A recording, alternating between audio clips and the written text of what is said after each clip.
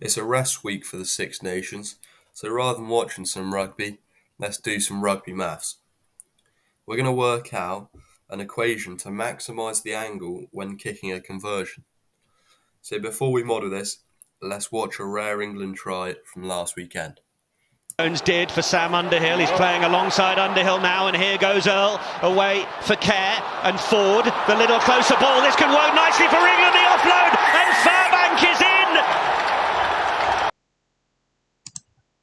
Right, so I've set up this little model on GeoGebra, and if you want to follow along, then it's quite simple. And it's a nice little project to do. So what I've done is I've set C and D to be basically the posts. In real life, there's 5.6 meters between them. That's what CD is. And G is the point that can move along this line, which is perpendicular behind from where we scored the try. So, say in that video they scored it, let's say about in the 15 meters away from the post. So G would be my spot. So what we want to do is get a perpendicular line that comes directly behind from G. And this is going to give the line where we can decide to kick from. So I'll put another point on this line, H. Okay, H is going to be our spot where we can kick it from. So we could kick it from anywhere where H can be behind the line. So you could kick it from here, kick from here, here, anywhere. We're just going to leave H there. And the interesting thing is that we have C, D, and H. And when I move H, it's going to make a different, unique circle. So I'll show you this. If we get the circle with 3 points and select these,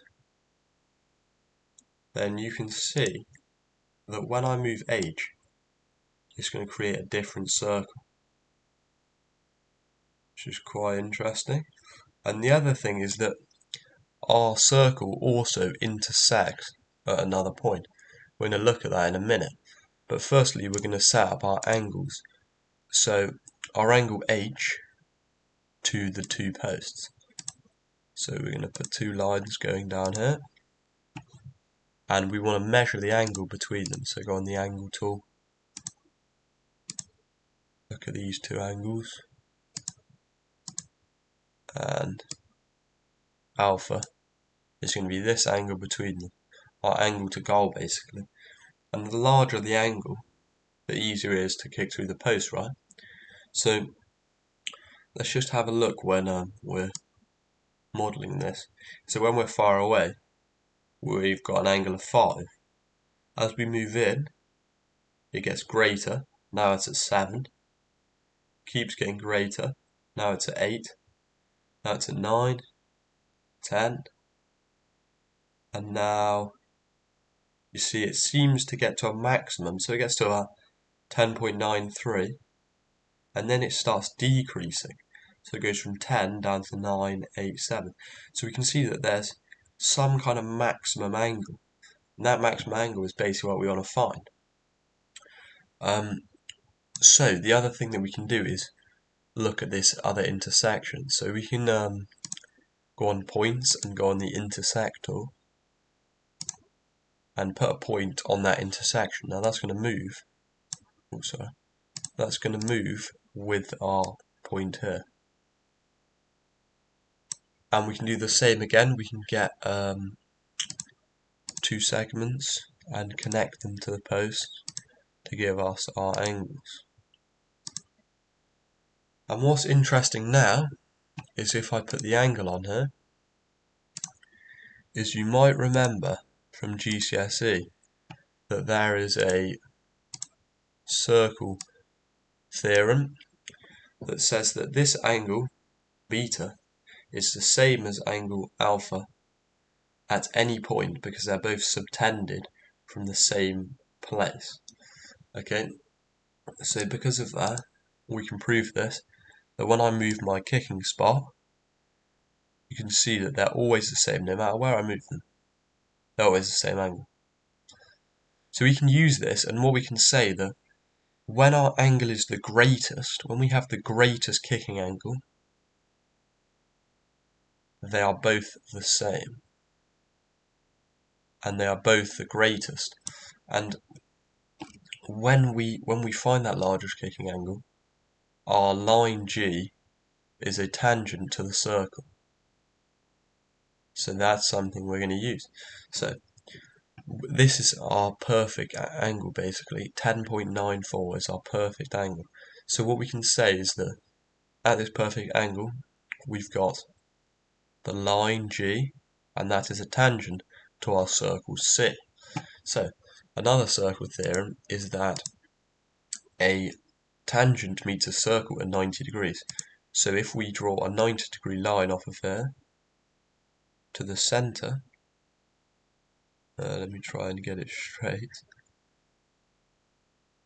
then that line I is going to be our radius, because it's at 90 degrees here and it's going to the center. Okay, so we can set up some variables because ultimately we know our angle now, but we want to find an equation for it.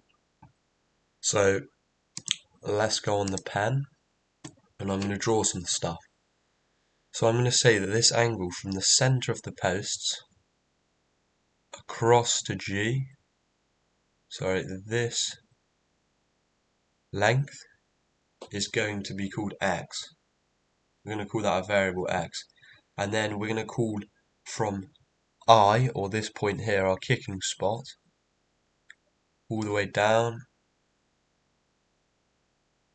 to G, this is going to be our y. So that's just some variables that we're going to set up. And we also know that we've got this constant here, which is the distance between the two posts. So now we can do some more circle theorems, which is going to look like this. If this is a radius here, and we can call this radius x, because as you can see, x goes from this line to this line, so does this line. They both meet at 90 degrees, so they must be the same. So we can call this x. Okay? Now we've got that as being x, we can say that J to D is also a radius, because we've got this is our center, this being our center, and it's going to a point on the outside of the circle, so that's also a radius. So this is also x. This line is also x. The next point that I'm going to put is the point at 0, 0. So that's going to be K. And if I join these points up, can you see that we have, with D, K and J, we have a right angle triangle here, right angle triangle, and we know that this side length, let's label the sides, we know that this side length is x. We also know that K to J, as you can see, is y. And K to D we also know, because C to D is 5.6, so K to D must be half of that. So we can set up an equation, because we know all three sides and we can do Pythagoras. Okay, so we can say that Pythagoras is a squared plus b squared equals c squared. So we can say that our a squared is going to be y, so y squared, plus b squared, which is going to be this length here, which is going to be half of CD, which is going to say that's going to be, we're going to call that distance d, so d over 2, and that's all squared, and that equals x squared, because x is our hypotenuse. So this is our first little equation that we've got going. We want to rearrange so it's in terms of y. So we can get y squared is equal to x squared minus d over 2 square. Then if we want it in terms of y, y equals the square root of x squared minus d over 2.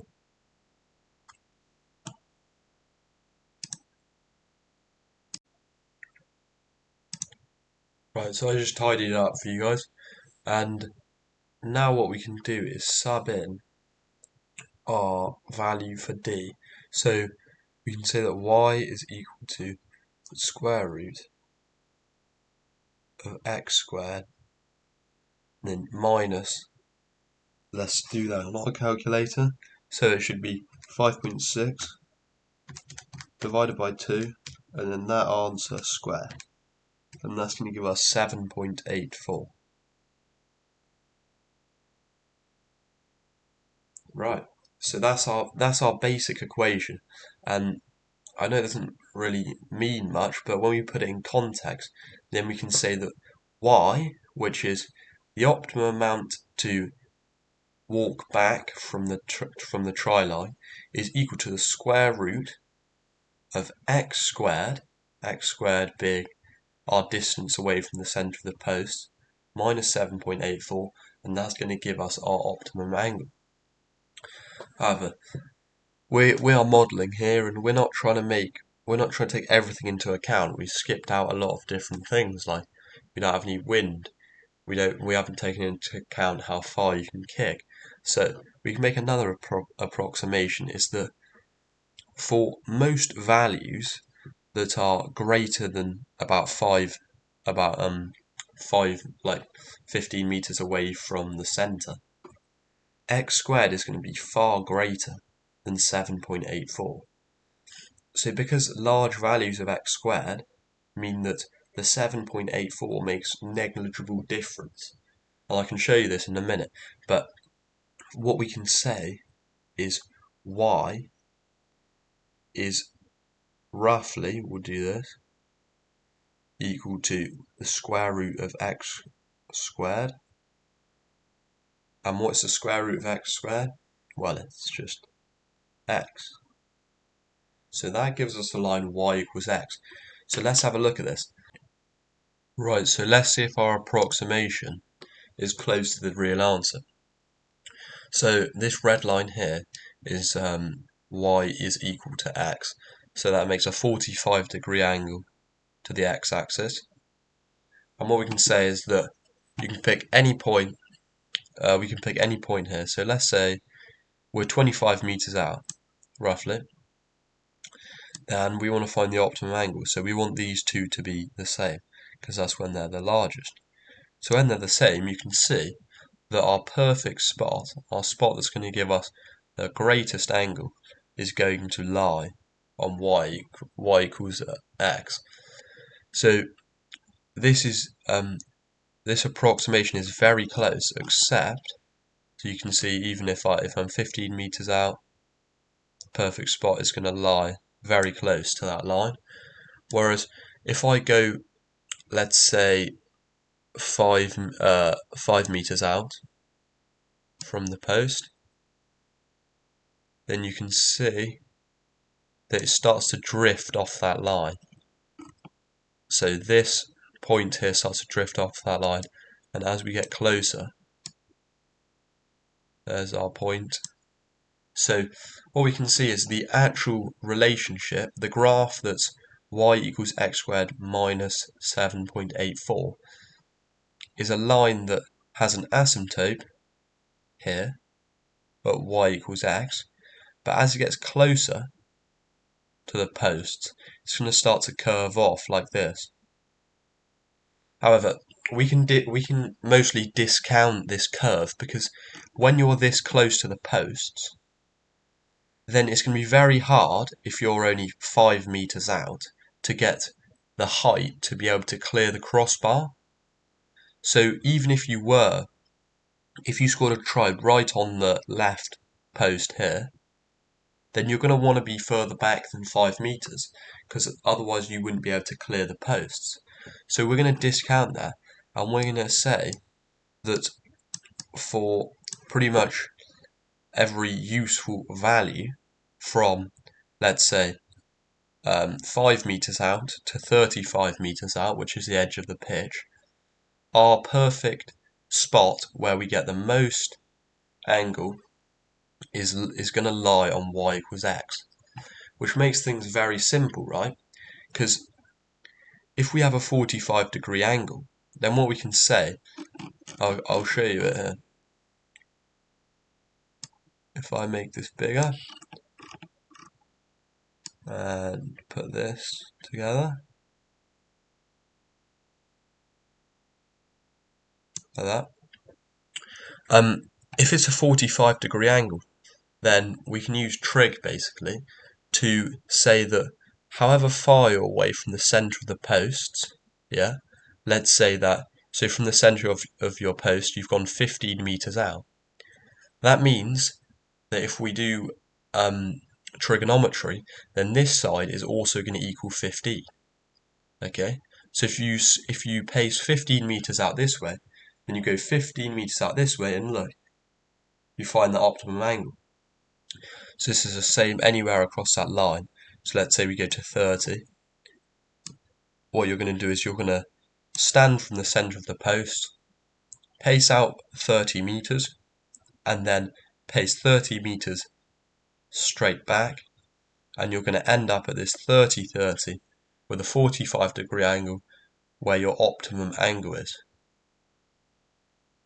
Okay, so our general rule, our God equation, as you want to, if you want to call it that, for conversion kicking is going to be y equals x, with y being the distance you are from the center of the posts, and x being how far you step away from that try line. And that's going to give you your perfect angle. Okay.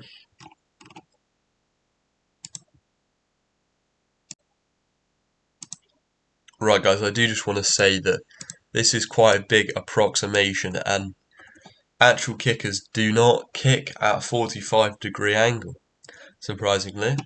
Although it is the best angle, there's lots of other factors that they have to take into account, like the wind, like how far they can kick it.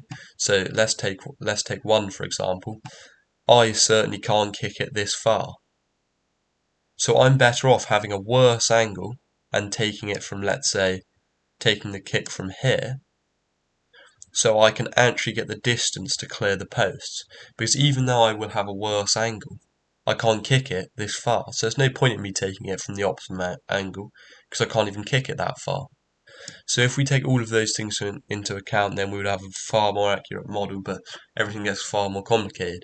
But there is a few studies on it that I will link below, and roughly people have worked out that most world-class kickers kick at roughly a 30-degree angle, so not quite a 45-degree, and that gives them the best results. So yes, very interesting model, and I hope you enjoyed and maybe followed along. So yeah, thanks guys.